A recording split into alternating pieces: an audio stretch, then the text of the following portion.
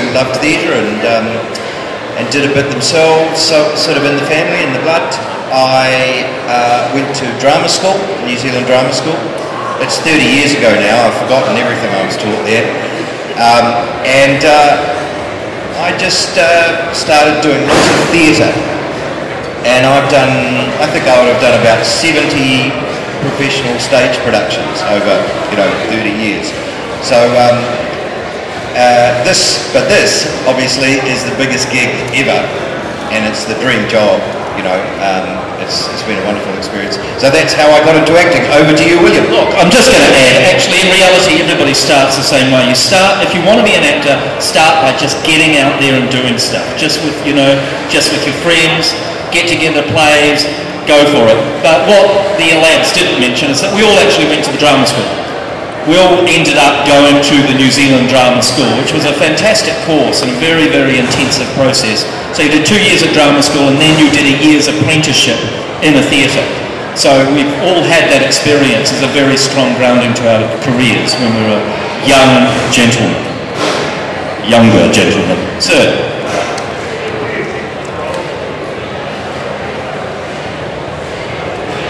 Yeah, we all had our separate ways of getting there. I'll talk about me first and let the others talk about themselves. I had actually auditioned for some other minor roles, but I hadn't auditioned for a dwarf, so I was absolutely gobsmacked when the phone call came because I totally didn't expect it. It was completely and utterly out of the blue. Because normally you go through a process of getting callbacks and, but we all had our own ways of doing it, and I'll get Jed explain his way. Peter and I have been lucky enough to work on the mocap stage doing the previs for this film.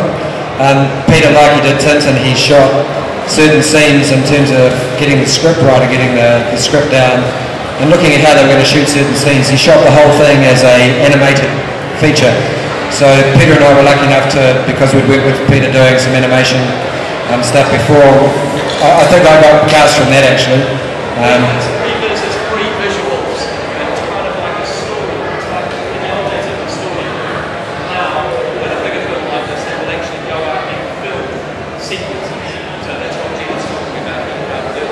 Yeah, they used to do storyboards where they just, do some drawings and then people would try to make the scenes out of that in terms of where the camera was going to be set. But doing previews, you can kind of use it as a tool to show the crew exactly how you want it lit, who is in the scene, what direction you're going to shoot it from, and especially for 3D, it's really essential to get that stuff right. So, I think that we were both really lucky to have that experience because we were able to prove that we could be dwarves. Especially from a vocal point of view. Peter? I've been a dwarf all my life, and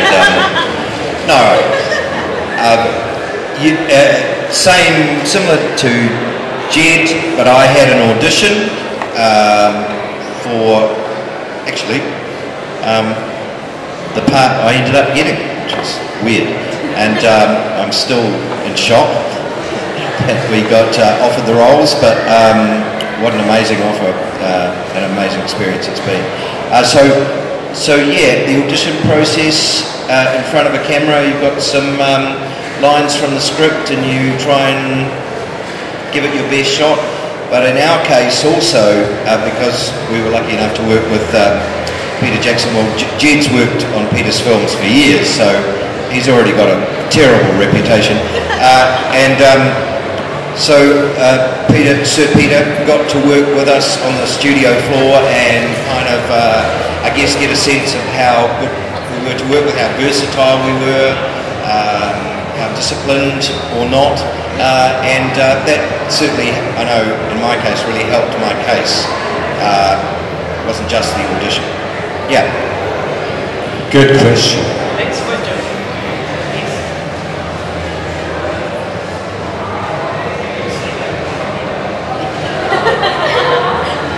Would any of you be willing to sing the Misty? We could, let's do it right at the end. We'll do a Misty Mountain, we'll get our note and we'll do a little tiny bit because we're not really supposed to. You've been waiting a long time. Favourite set?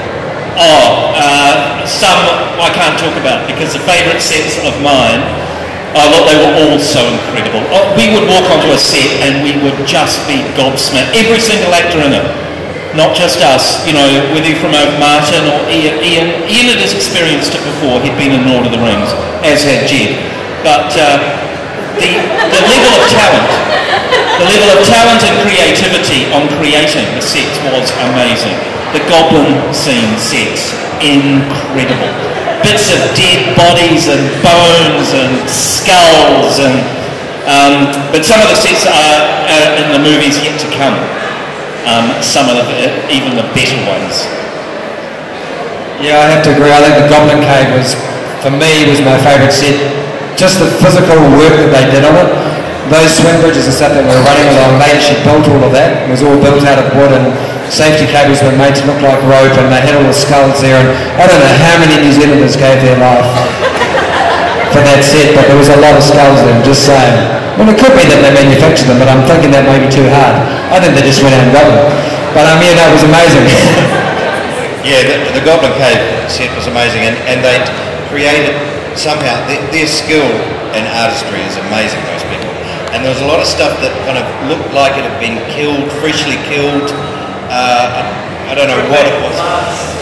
Also, stuff that was kind of rotting and putrefying.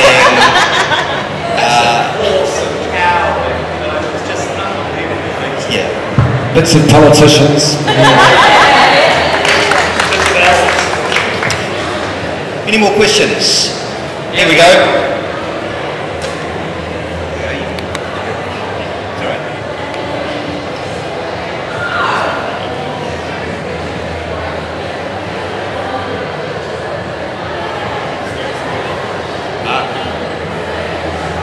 Mistakes. Stuff-ups, yeah. They usually involve Jed. You mean like bloopers? There were lots of bloopers. They mainly involved Martin Freeman swearing. Because I don't know if you know, it's a child-friendly film, and he would just come out with some stuff, and you kind of go, pretty sure Bilbo wouldn't say that. Yeah, so mainly him and Ian could never remember his lines. You know. I mean, he might be pretty flash, but that's not true actually. So Ian, wherever you are, that was a fib. No, there was, I mean, a lot of the bloopers came from the camera, actually, because they had 3 cranes, quite a lot working. A lot of the bloopers, the best bloopers, came from technical stuff not working. We had one scene which we haven't seen yet, where we were chucking around huge rocks and things, and of course, potential for disaster. So there was some nice bloopers there. And people falling over in the big boots. There's a lot of tripping and falling on your face. Yeah, fell over an awful, William fell over on a daily basis. And then we said, that's not part of your character, and he stopped falling over, funnily enough. We just thought it was the axe on the head would unbalance him. It was a good offer, it was brilliant. It's not required. But yeah, there was, but Martin was quite funny. There was a lot of times when it would be very difficult to keep a straight face. Because he would just come out with some outlandish improvisations, including slow motion kung fu.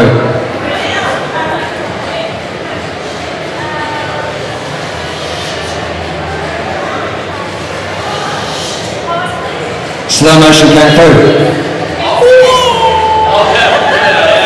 He would do a lot of that. Yeah, and because we weren't allowed to hit him back. You know, it's like having a sister. The sister's allowed to hit you, not allowed to hit him back. Peter said, Martin's allowed to hit you, not allowed to hit him back. Yeah, so he was allowed to kung fu us and we weren't allowed to touch him. A little unfair, just saying. But you're looking at 3 actors who never make mistakes. So, no bloopers. Another question. Hello.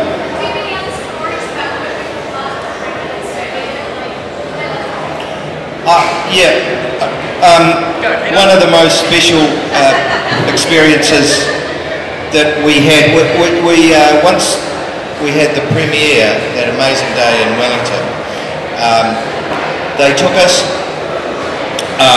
to New York and London for the premieres, for all the dwarves and all the other stars, the less important actors.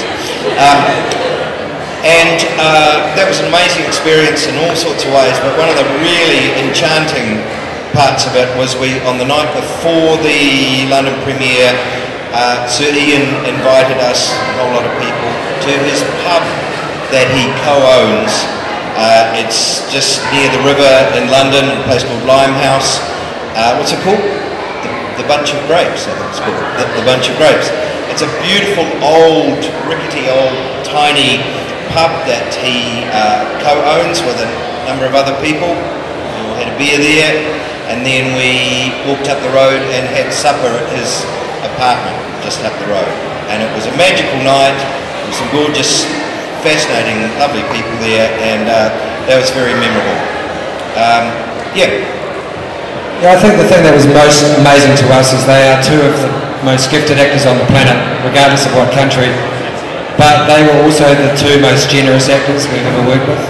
They always were there for our close-ups, and when Martin was off camera, when he was feeding, he actually did a lot more work than is required for most actors.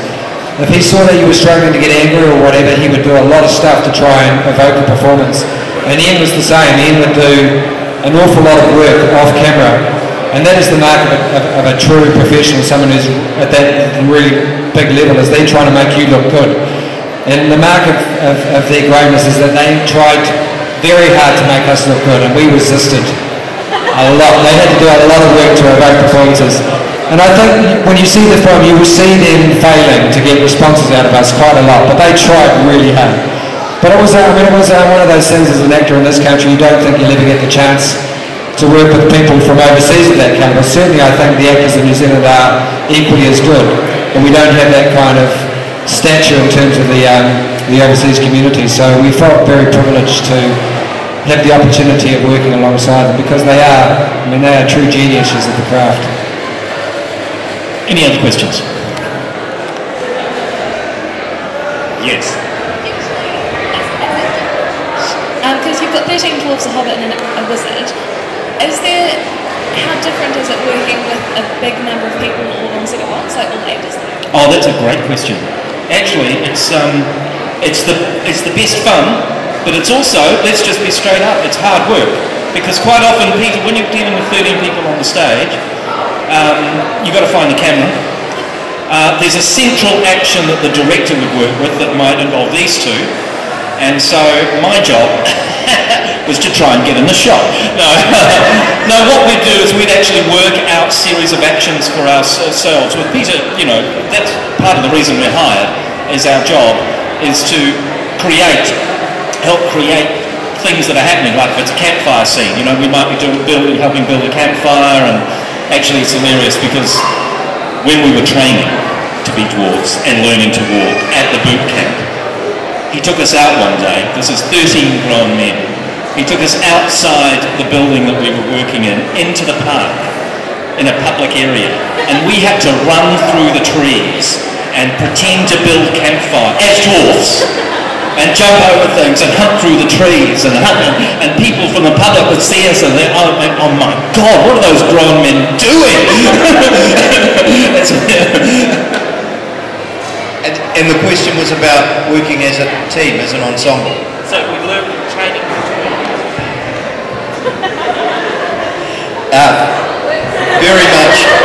Very much